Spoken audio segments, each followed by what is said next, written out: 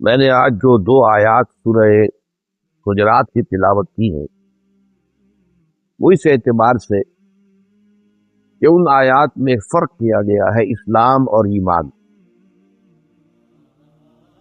کچھ لوگوں کے بارے میں فرمایا یہ بدو یہ دعویٰ کر رہے ہیں کہ ہم ایمان لے آئے، اے نبی ان سے فرما دیجئے تم ہرگز ایمان نہیں لائے ہو، ہاں یوں کہہ سکتے ہو کہ ہم اسلام لے آئے، ہم مسلمان ہو گئے، ابھی تک ایمان تمہارے دلوں میں داخل نہیں کی۔ یعنی ایک ایمان ہے قانونی زبان سے اقرار، اور ایک ایمان ہے حقیقی، وہ ہے جو دل میں داخل ہوتا ہے۔ لیکن فرمایا اگر تم اس حال میں بھی اللہ اور اس کے رسول کی اطاعت کرتے رہو گے تو اللہ تعالیٰ تمہارے اعمال کی جزا میں سے کوئی کمی نہیں کرے گا، اور یہ اس لیے کہ اللہ غفور ہے اور رحیم۔ البتہ اگر تم جاننا چاہو کہ مومن کون ہوتا اللہ کے رسول، تو مومن تو صرف وہ ہیں جو ایمان لائے اللہ پر، اس کے رسول پر، پھر شک میں ہرگز نہیں پڑے۔ یعنی وہ تصدیق القلب جو ہے وہ یقین قلبی کی شکل اختیار کر دیا، اور اس کے بعد انہوں نے جہاد کیا اللہ کی راہ میں اپنی جانوں اور مالوں کے ساتھ۔ صرف یہی لوگ ہیں جو اپنے دعوی ایمان میں سچے۔ اصل میں اسلام کی جو حقیقت ہے اور اس کے جو مختلف مظاہر ہیں ان میں جو درجہ بندی ہے، اس کو قرآن مجید میں مختلف انداز میں مختلف مواقع پر بیان کیا گیا ہے۔ چنانچہ ایک آیت جو ہے سورہ مائدہ کی بڑی اہم ہے۔ جب شراب کی حرمت کا آخری حکم آیا تو بہت سے حضرات، بہت سے صحابہ جو ہے پریشان ہوئے کہ اس سے پہلے جو ہے اشارات تو آ گئے تھے، یہ پوچھ رہے ہیں شراب اور جوئے کے بارے میں فرما دیجئے کہ ان میں گناہ بھی ہے، کچھ خیر بھی ہے، لیکن ان کا گناہ جو ہے وہ خیر سے بہت بڑھ کر، تو اسی وقت ہمیں چھوڑ دینا چاہیے تھا۔ پھر ایک اور اشارہ آ گیا تھا، جب نشے کی حالت میں ہو تو نماز کے قریب نہ جانا جب تک کہ وہ نشہ اتر نہ جائے اور تمہیں معلوم ہو کہ میں کیا کہہ رہا ہوں، تو اس کے بعد ہم چھوڑ دیتے۔ اب آخری حکم جو آیا ہے اس کے انداز بھی بڑے تیکھے ہیں۔ حل انتم منتہون، بعض آتے ہو کہ نہیں اب بھی؟ تو بہت تشویش ہوئی صحابہ کو کہ ہم تو شراب پیتے رہے ہیں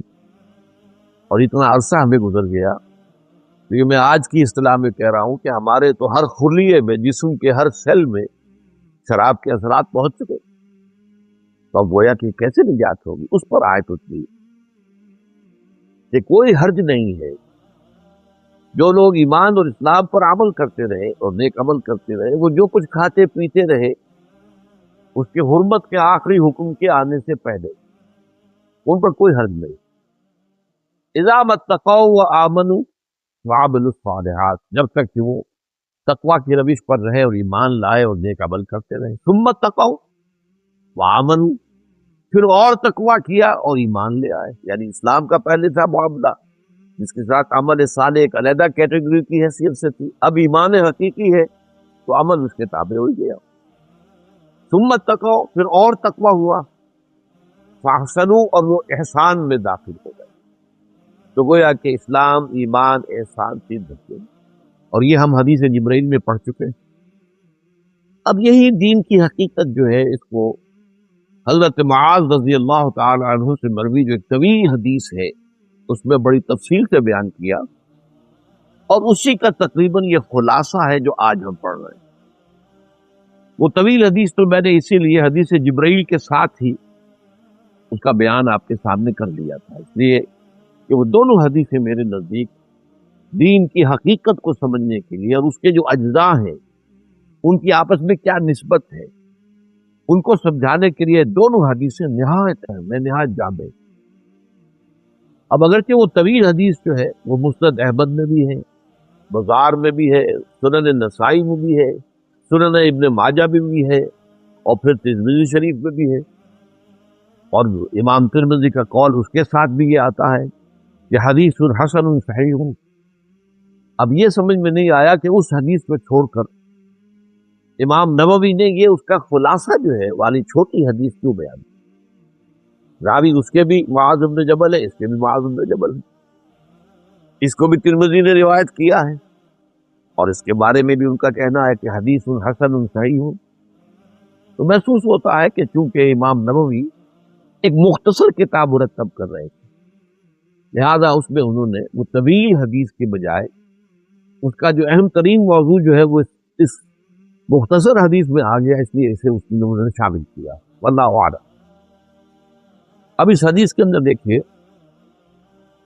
ایک پس منظر جو ہے اس کا واقعاتی، وہ اس طویل حدیث میں ہے۔ اب میں وہ پوری حدیث کا متن تو نہیں پڑھ سکتا، میں اس کا آپ کو مفہوم بتا دیتا ہوں،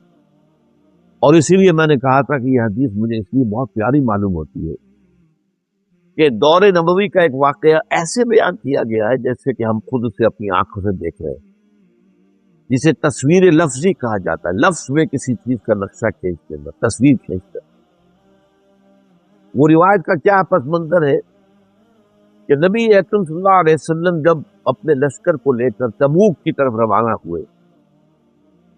تو ایک روز ایسا ہوا کہ رات بھر سفر کرتے رہے تھے، اس لیے کہ وہاں تو گرمی میں شدید میں سفر جو ہے وہ رات ہی کو ہو سکتا تھا۔ دن میں جب تمازت ہوتی ہے اور صحرا بھی نیچے سے آگ اگل رہا ہے اور اوپر سے جو سورج وہ آگ برسا رہا ہو تو پھر وہاں سفر ممکن نہیں ہوتا۔ تو رات بھر سفر کر کے جب فجر کا وقت ہو گیا تو پڑاؤ کیا اور حضور نے نماز پڑھائی، فجر کی نماز حضور نے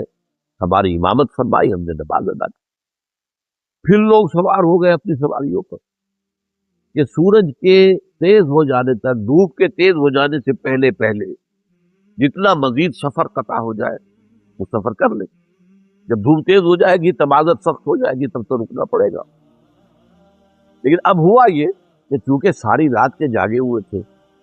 اور فجر کا وقت خاص طور پر ایسا ہوتا ہے کہ نسیم سحری جو ہے تھپکتی ہے، انسان کو تھپک تھپک کر سلاتی ہے۔ عام طور پر یہ مشاہدہ ہے کہ کوئی مریض کسی درد میں مبتلا ہو، ساری رات جاگتا ہے، صبح کے وقت سے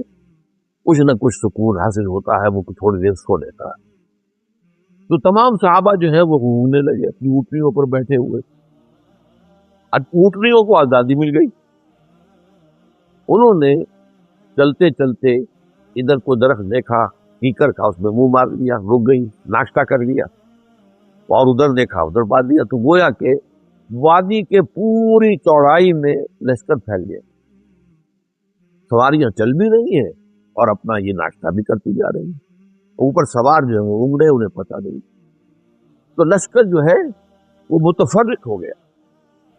اس حال میں حضرت معاذ بن جبل نے ایک خاص کیونکہ بات تھی جو بعد میں کھلتی ہے، حضور کے ساتھ ساتھ آپ لگے رہے، جاگتے بھی رہے، سوئے نہیں، اونگے نہیں، اور دیکھتے رہے کہ حضور کی اونٹنی کے ساتھ ساتھ اپنی اونٹنی چلاتے رہے، یہاں تک کہ حضرت معاذ کی اونٹنی نے ٹھوکر کھائی اور وہ بدک گئی۔ اس کی وجہ سے چونکہ قریب تھی اونٹنی حضور کی، وہ بھی بدک گئی۔ اب حضور نے اپنے ہودج کا پردہ اٹھایا اور آپ نے دیکھا کہ سوائے معاذ کے آس پاس کوئی ہے ہی نہیں، تمام مسلمان جو ہے، تمام صحابہ جو ہے وہ تو ادھر ادھر بکھرے ہوئے۔ تو آپ نے آواز دی، یا معاذ رضی اللہ تعالی عنہ، انہوں نے ایسے لبیک یا رسول اللہ، میں حاضر۔ فرمایا ادنو دونوں، اور نزدیک آ جاؤ، اور نزدیک آ جاؤ۔ تو قریب ہو گئے، یہاں تک کہ دونوں کی اونٹنیاں ایک دوسرے سے مس کرنے لگی، رگڑنے لگے ایک دوسرے۔ اب حضور نے فرمایا میرا گمان نہیں تھا کہ لوگ مجھ سے اتنے فاصلے پر ہوں گے، اس کا پس منظر کیا ہے؟ ظاہر بات ہے ہر وقت دشمن تو طاق میں تھا حضور کی زندگی لینے کے لیے، منافقین خاص طور پر طاق میں تھے،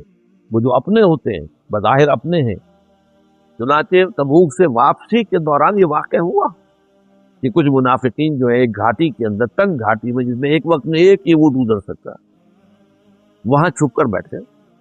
کہ حضور کا اونٹ جب یہاں سے گزرے گا ہم حملہ کریں گے، حضور کو ختم کر دیں گے معاذ اللہ۔ یہ واقعہ ہوا ہے، اب اس کی تفصیل میں نہیں جانا چاہتا۔ تو حضور کو تعجب ہوا کہ لوگ یعنی مجھ سے اتنے فاصلے پر ہیں، گویا کہ انہیں خیال نہیں ہے کہ وہ میرے آس پاس رہیں حفاظت کے لیے۔ اب یہ وقت ہوتا ہے کہ ہم میں سے کوئی ہوتا تو وہ دوسروں پر تنقید کر رہا، جی ٹھیک ہے حضور، یہ تو لوگ پرواہ نہیں کرتے، بالکل خیال ہی نہیں ہے لوگوں کو، تاکہ اپنے نمبر بھی بنائیں کہ میں تو دیکھیے آپ کی سواری کے ساتھ اپنی سواری کو جوڑے چلا آ رہا ہوں، لیکن حضرت معاذ وہ صحابی تھے، انہوں نے کہا حضور معذرت پیش کی لوگوں کی طرف سے، لوگ رات بھر کی بے خوابی کی وجہ سے اونگ گئے۔ تو حضور نے فرمایا اب یہ بہت اہم بات ہے کہ آپ نے بھی اپنے سپر ہیومن ہونے کا کوئی دعویٰ نہیں کیا۔ وَأَنَا كُنْتُ نَاعِسًا، ہاں میں بھی اونگ رہا تھا، حضور کے الفاظ میں بھی اونگ رہا تھا۔ اب حضرت معاذ نے اب جس لیے لگے رہے تھے ساتھ کہ حضور سے خاص سوال خلوت میں کرنا ہے، بالکل جب انہوں نے دیکھا اس وقت حضور کے ساتھ خلوت بھی میسر آ گئی، کوئی ہے ہی نہیں اور حضور خاص طور پر اس وقت خوش بھی ہے مجھ سے کہ میرا یہ ساتھی جو ہے اس طرح جاگتا ہوا میرے ساتھ چلتا آ رہا، اس پر انہوں نے سوال کیا۔ وہ یہاں سے اب یہ حدیث شروع ہو رہی ہے۔ یہ سارا پس منظر میں نے بیان کیا اس حدیث کا جو طویل ہے، وہ اگرچہ اس میں 40 نبوی شامل نہیں ہے، مجھے تو یہ بہت پیاری ہے۔ اس کے اندر جو بھی میں نے نکات آپ کے سامنے بیان کیے، تو ہم تھوڑی دیر کے لیے اپنے آپ کو محسوس کرتے ہیں کہ حضور کی صحبت میں، اور اس کے بعد سوال جواب ہوئے۔ اس کا خلاصہ یہاں ہے، قلت یا رسول اللہ اخبرنی بعمل یدخلنی الجنۃ ویباعدنی عن النار۔ اب میں نے عرض کیا اے اللہ کے رسول مجھے بتائیے وہ عمل جو مجھے جنت میں داخل کر دے اور مجھے جہنم سے آگ سے دور کر دے۔ قال لقد سألت عن عظیم، آپ نے فرمایا تم نے بہت بڑی بات پوچھی، یہ گویا تحسین کا کلمہ، شاباش، تم نے وہی بات پوچھی جو حقیقت پوچھنا تھی۔ اس طویل حدیث میں الفاظ ہے بخن بخن، یہ عربوں کا ایک کلمہ ہے کسی کی تحسین کے لیے، تم نے بہت اچھا کہا۔ تو میں کہا کرتا ہوں کہ اردو میں ہم کہتے ہیں بہت خوب، تو بہت کی بے آ گئی، خوب کا خے آ گئی، تو بخن تم نے بہت اچھا پوچھا ہے۔ لقد سألت بشیء عظیم 3 مرات، حضور نے 3 دفعہ فرمایا تم نے بڑی عظیم بات پوچھی ہے، بڑا عظیم سوال کیا ہے۔ وَإِنَّهُ لَيَسِّيرٌ عَلَىٰ مَن يَسَّرَهُ اللَّهُ عَلَيْهِ، اور یہ بات جو بہت بڑی ہے، آسان بھی بہت ہے اس کے لیے جس کو اللہ آسان کر دے، توفیق اللہ کی طرف سے ملے گی، لیکن یہ کہ جس کو اللہ تعالیٰ آسان کر دے، جس پر اس کا فضل ہو جائے، اس کے لیے بہت آسان۔ وہ کیا ہے؟ تعبد اللہ لا تشرک بہ شیئا، اللہ کی بندگی اور پرستش کرو، اس کے ساتھ کسی شے کو شریک نہ کرتے۔ اب یہاں نوٹ کیجئے کہ یہ شرک جو ہے اور عبادت، یہ کس قدر جامع الفاظ۔ عبادت پوری زندگی میں اللہ کی اطاعت مطلق، اس پر تفصیل سے گفتگو ہم کر چکے، اور وہ بھی اللہ کی محبت سے سرشار ہوتا ہے۔ ہاں کبھی خطا ہو جائے تو توبہ کر لی جائے، دعا کر لی جائے، اللہ سے استغفار کیا جائے، لیکن یہ نہیں کہ مستقلاً کسی ایک گناہ کو بھی اپنی زندگی میں شامل کر لیا جائے مستقل طور، جیسے ہمارے ہاں ہو رہا ہے، حج بھی ہو رہے ہیں، نمازیں بھی ہیں، عمرے بھی ہیں، سودی کاروبار بھی ہے۔ اب یہ سودی کاروبار جو ہے یہ تو باقی ہر شے کی نفی کر دے گا۔ تو تعبد اللہ لا تشرکوا بہ، اور شرک فی الذات بھی ہے، شرک فی صفات بھی ہے، شرک فی الحقوق بھی ہے۔ یا ہم سمجھتے ہیں شرک شاید صرف یہی ہے کہ بتوں کو سجدہ کیا جائے، یا بعض جو بھی ہے زیادہ جو حساس ہے وہ اللہ کی صفات میں کسی کو شریک کر دینے کو بھی، اللہ کی ذات میں شریک کر دینے کو بھی شرک سمجھتے ہیں، لیکن اللہ کے حقوق میں شریک کر دینا، شرک عملی کیا ہے اور توحید عملی کیا ہے، اس سے عام طور پر لوگ ناواقف ہیں۔ تو فرمایا تم اللہ کی پرستش اور بندگی کرو، اس کے ساتھ کسی شے کو شریک نہ کرتے ہوئے، نفی بھی ساتھ آ گئی، لا الہ الا اللہ، نفی بھی ہو گئی، وہ الہ نہ ہو تمہارا سوائے اللہ کے، اور تم پرستش کی نہیں کرو صرف، بلکہ بندگی کرو، اطاعت کرو، کلی اطاعت، اس کی محبت سے سرشار ہو کر، وَتُقِيمُ الصَّلَاةَ وَتُؤْتِ الزَّكَاةَ، اور یہ کہ تم نماز قائم رکھو اور زکوٰۃ ادا کرو، وَتَصُومُ رمضان، اور رمضان مبارک کے روزے رکھو، وَتَحُجُّ الْبَيْتَ، اور اللہ تعالیٰ کے گھر کا حج کرو۔ ثم قال، اب یہ تو بات آ گئی ایک جامع بات، دین کی جامع تعریف، دین کے تقاضوں کا جامع بیان، سب آ گئے۔ عبادت میں پوری زندگی کی اطاعت، شرک میں ہر نوع کے شرک سے بچنا، اور پھر اس کے ساتھ نماز، روزہ، حج، زکوٰۃ، جو کہ ارکان اسلام میں سے، جس کی بنیاد پر ہمارے معاشرے کا ایک خاص رنگ بنتا ہے، ہماری ایک تہذیب وجود میں آتی ہے، ہمارا ایک خاص تمدن ہے اسلامی زندگی کا، یہ اصل میں نماز، روزے، حج اور زکوٰۃ سے اس کی تشکیل ہوتی ہے۔ تو اس کو گویا کہ پورے دین کی تعبیر، اس کی حقیقت کو بیان کرنے میں یہ نہایت جامع کلمات۔ اب اس کے بعد حضور خود فرماتے ہیں، ثم قال، آپ نے فرمایا، الا ادلک علی ابواب الخیر، تو کیا میں تمہیں یہ نہ بتاؤں کہ اس خیر کے، خیر کل کے دروازے کون سے ہیں، کن دروازوں سے اس خیر کل کو حاصل کرنے کے لیے داخل ہوا جا سکتا ہے؟ الصوم جنۃ، روزہ ڈھال ہے نفس کے خلاف، نفس کے حملوں کے خلاف، یہ ہم پڑھ چکے ہیں ایک اور حدیث میں۔ وَالصَّدَقَةُ تُطْفِئُ الْخَطِیَّةَ كَمَا يُطْفِئُ الْمَاءُ النَّارَ، اور صدقہ جو ہوتا ہے وہ خطا کو، گناہ کی آگ کو ایسے بجھا دیتا ہے جیسے کہ پانی آگ کو بجھا دیتا ہے۔ وہ ہو گئی یہ خطا صدقہ دو اللہ کی راہ میں، تو یہ صدقہ جو ہے اس گناہ کے اثرات کو دھو دے گا جیسے کہ پانی آگ کو بجھا دیتا ہے۔ وہ صلاۃ الرجل فی جوف اللیل، اور last but not the least, یہ میں الفاظ میں اضافہ کر رہا ہوں، نماز پڑھنا بندے کا رات کے پیٹ میں، رات کے درمیانی حصے میں، تہجد اصل میں جسے کہتے ہیں، وہ نہیں ہے کہ جو عام طور پر لوگ فجر سے کچھ دیر پہلے جاگ گئے اذان سے اور جلدی سے 8 نفل پڑھ لیے، یہ تہجد نہیں ہے، یہ تو فجر کا ضمیمہ بنا لیا، ہاں نوافل ہے، عبادت ہے، اس کے بھی جو اس کے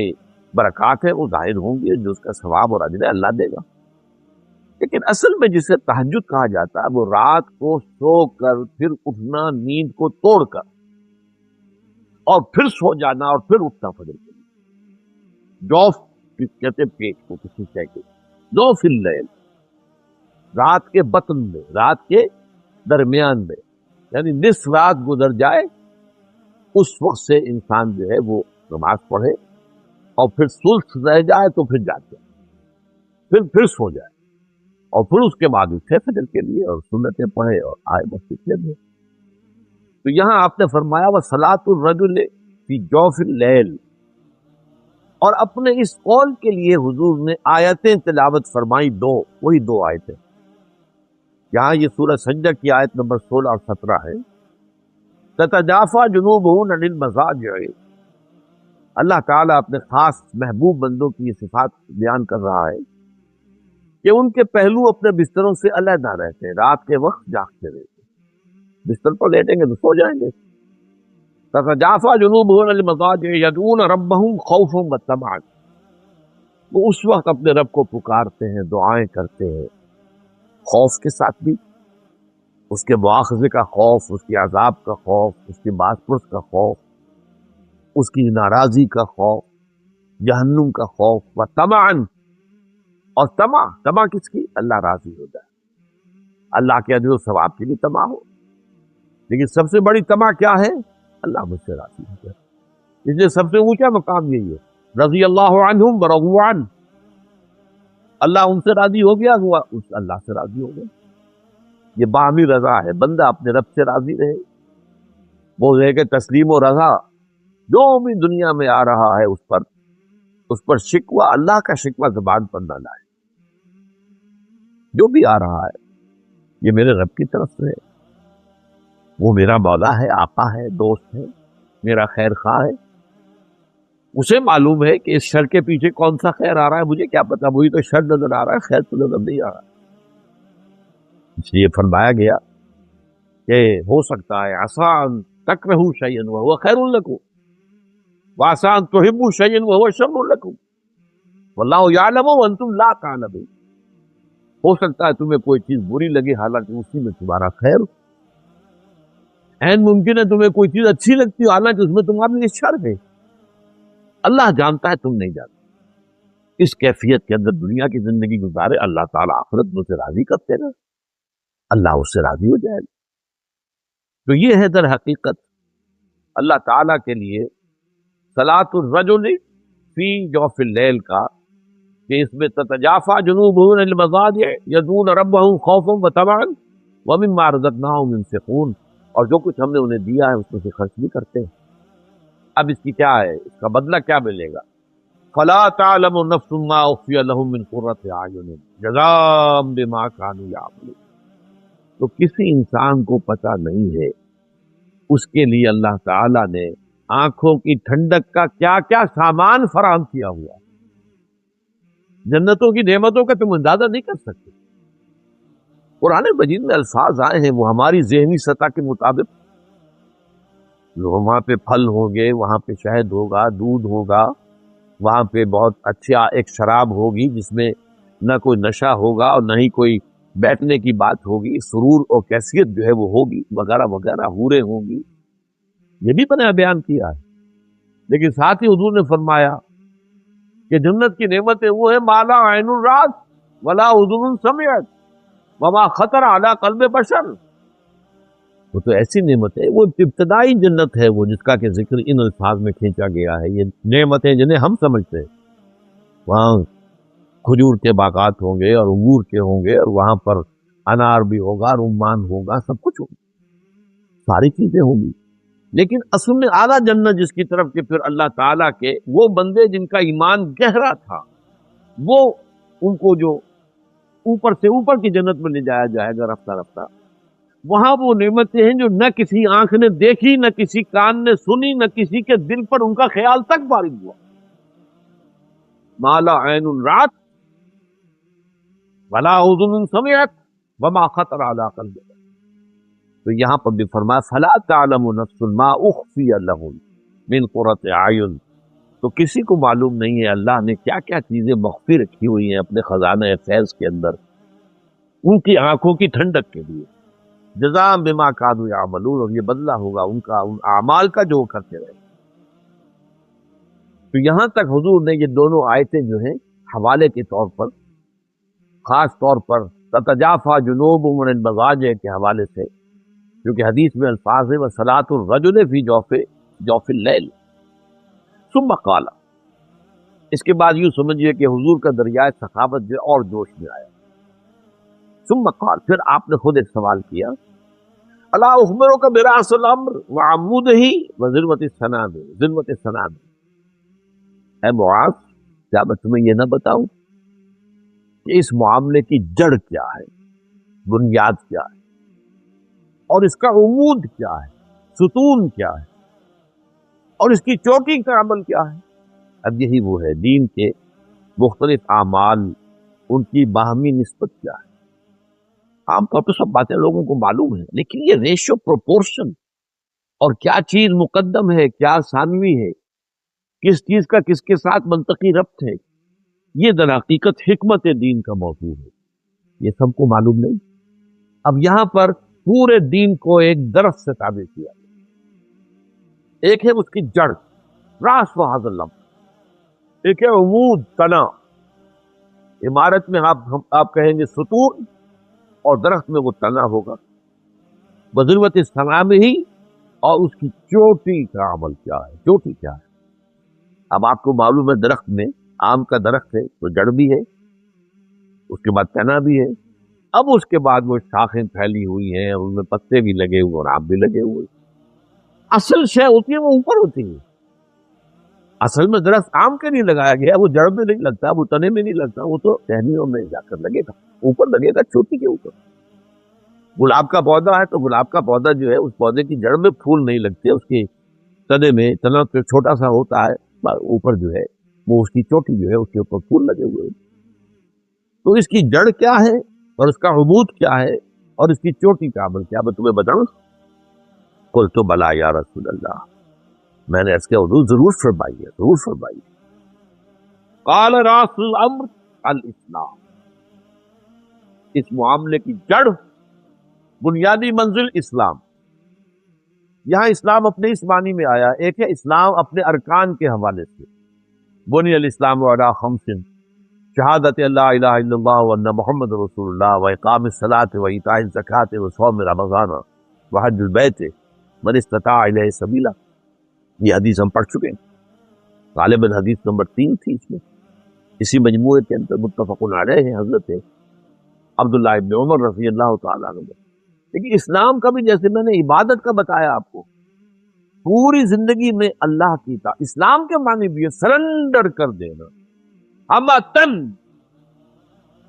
اسلام کے معنی ہتھیار پھینک دینا۔ اس لفظ کے اندر اصل میں نقشہ یہ ہے کہ دو آدمی لڑ رہے ہیں، ایک جو ہے وہ پھینک دیتا اپنے ہتھیار، وہ یا کہ سرنڈر کر دیا، یہ سرنڈر ہے۔ اسلام سرنڈر ہے اللہ کے سامنے، الاسلام یہ ہے در حقیقت جڑ، وعمودہ الصلاۃ، اور عمود جو ہے اس کا تنا نماز، ویسے بھی آیا ہے الصلاۃ عماد الدین، نماز جو ہے وہ دین کا ستون ہے، وہ عماد اور عمود لفظ تو ایک ہی، وعمودہ الصلاۃ، اس کا عمود جو ہے، اس کا تنا جو ہے، اس کا ستون جو ہے، وہی میں عرض کر رہا تھا کہ عمارت کا تصور کریں گے، عمارت میں بھی ایک بنیاد ہوتی ہے، پھر ستون ہے، ستون پر چھت ہوتی ہے، تو اسی طریقے سے درخت ہے، اس کی جڑ ہے، اس میں تنا ہے، اور پھر اوپر جو ہے برگوبار، جسے ہم کہتے ہیں برگوبار ہے۔ تو فرمایا کہ اس کا عمود جو ہے، تنا یا جو اس کا ستون ہے، وہ نماز ہے۔ وَذِرْوَةُ صَنَامِهِ الجہاد، اور اس کے چوکی کا عمل الجہاد۔ اب یہ ہے اصل میں سمجھنے کی بات، ہمارا ذہن سارا کا سارا وہ ارکان اسلام کے اوپر جمع ہوا ہے، جو وہ بہت دیندار ہیں وہ بھی بہرحال ان 5 کا تو کر لیں گے معاملہ، لیکن اس سے آگے نہیں جائے، اس لیے میں نے آیت آپ کو سنائی تھی، حقیقی مومن صرف وہ ہیں جو ایمان لائے اللہ پر، اس کے رسول پر، پھر شک میں ہرگز نہ پڑے، یقین والا ایمان، ثم لم یرتابوا، ریب نہ ہو، بالکل یقین بن جائے، وجاہدوا باموالہم وانفسہم فی سبیل اللہ، اور جہاد کیا انہوں نے اپنی جانوں اور مالوں کے ساتھ اللہ کے راہ، اولئک هم الصادقون، صرف یہی لوگ سچے ہیں، یعنی اگر یہ دعویٰ کریں کہ ہم مومن ہیں تو ان کو یہ حق پہنچتا ہے، لیکن اگر یہ جہاد ہے ہی نہیں، دل میں یقین ہے ہی نہیں، بہرحال ایک عقیدہ ہے، والدین سے سن لیا،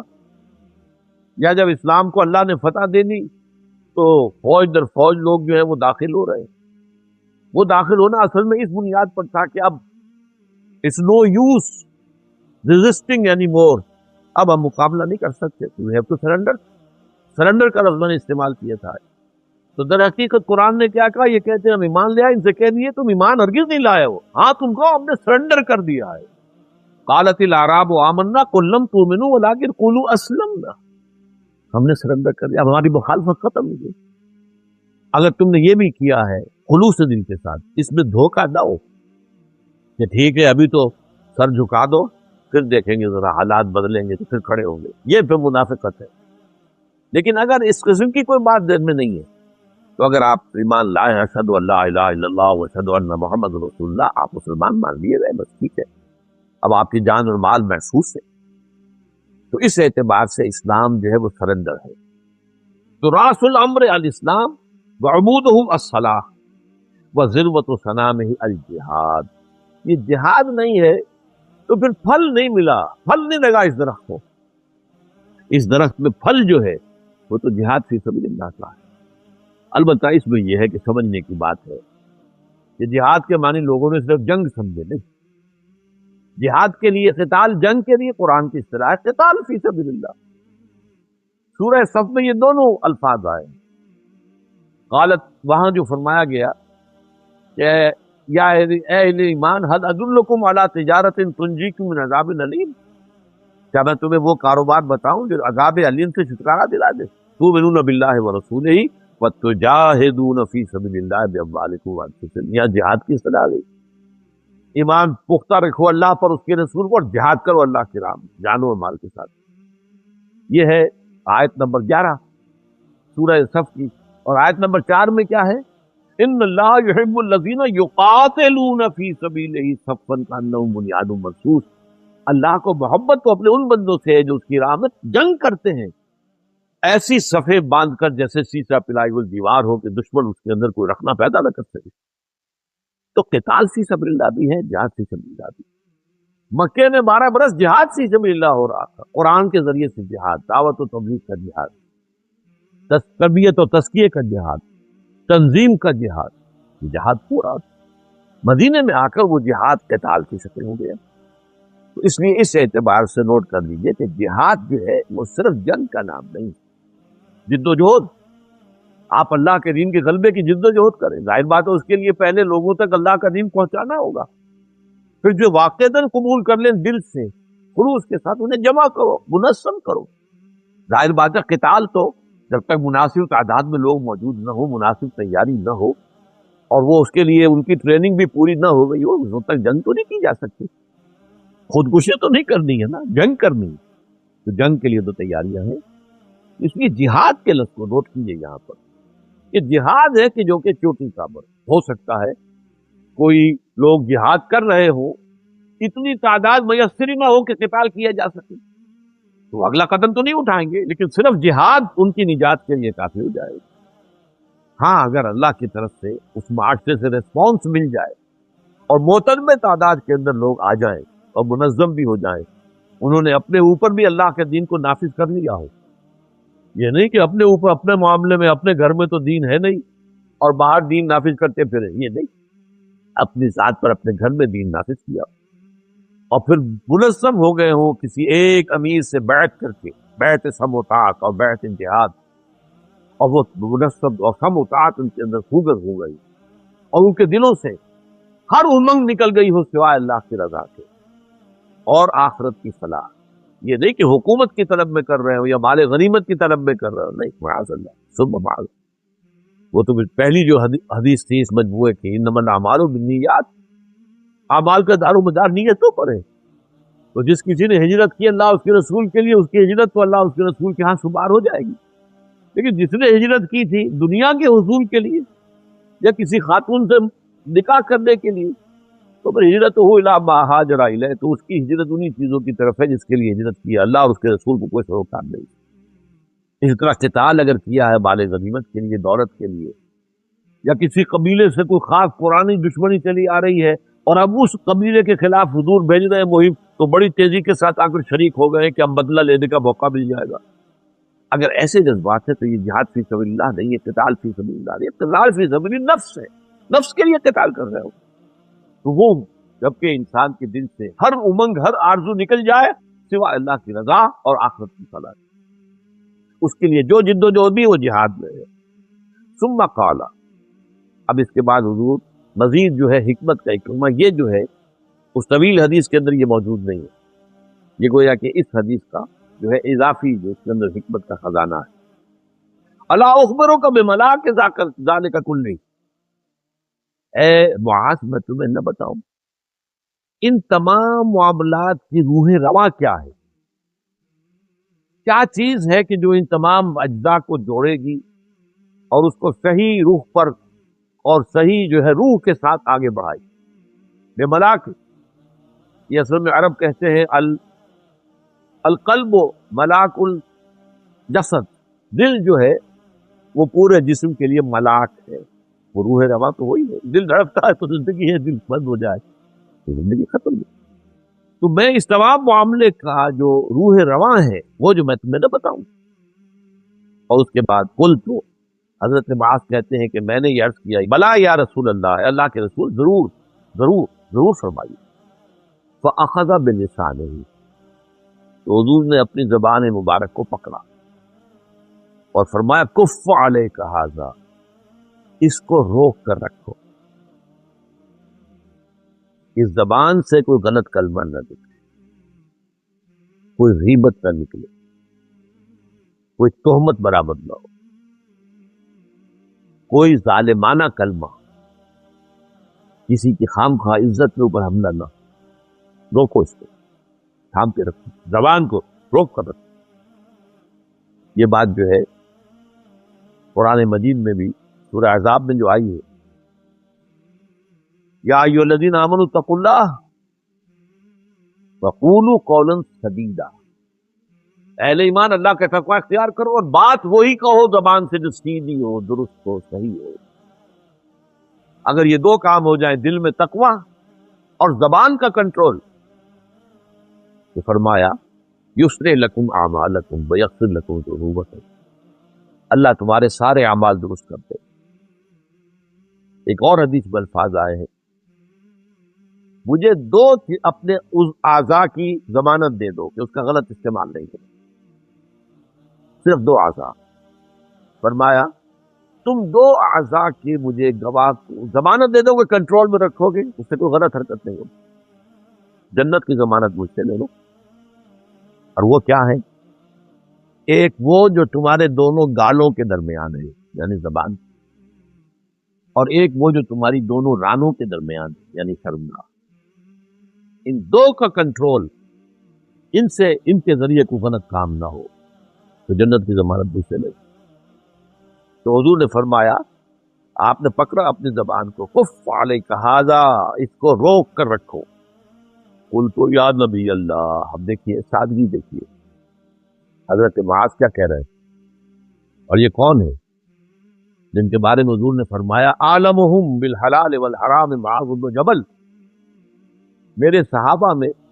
حلال اور حرام کا سب سے زیادہ جاننے والا، یعنی یوں کہیے کہ ہم کہیں گے فقہ کا سب سے بڑا ماہر، وہ ہے معاذ بن جبل۔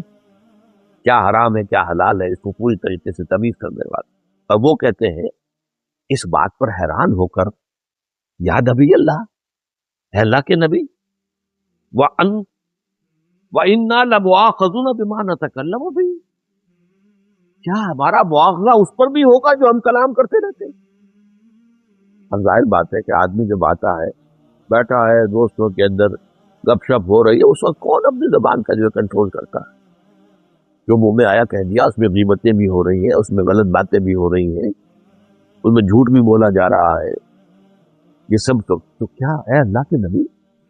کیا ہمارا مواخذہ ہوگا اس پر بھی کہ جو ہم باتیں کرتے رہتے ہیں؟ اب دیکھیے حضور کی محبت اور شفقت، یہ کلمہ جو ہے عرب بہت ہی اس کو کہتے ہیں کہ جس سے بہت لاڈ ہو۔ فرمایا سکلت کا امو کا یا معاذ، اے معاذ تمہیں تمہاری ماں روئے کھوئے، یعنی یہ کہ تم گم ہو جاؤ اور تمہاری ماں جو ہے اس پر روئے تمہاری غیر حاضری پر یا گمشدگی پر، سکلت کا امو کا یا معاذ، وَهَلْ يَكُبُّ النَّاسَ فِي النَّارِ عَلَى وُجُوهِهِمْ أَوْ مَنَاخِرِهِمْ إِلَّا حَصَائِدُ أَلْسِنَتِهِمْ، لوگوں کو اوندے منہ یا ان کے نتنوں کے بل جہنم میں جھونکنے والی سب سے بڑی شے وہ حصائد السنہ، حصید کہتے ہیں فصل جب کٹ جائے، حصید ایک جنات ہوتے ہیں، ایک جنات الحدیث، ایک جو ہے وہ ہے کہ جب کہ حصید جب کہ جو ہے فصل کٹ گئی، کاٹ دی جانے والی۔ درخت وہ ہے جو کھڑا رہتا ہے، اس میں سے پھل اتار لیا جاتا ہے۔ اب گندم آپ کو معلوم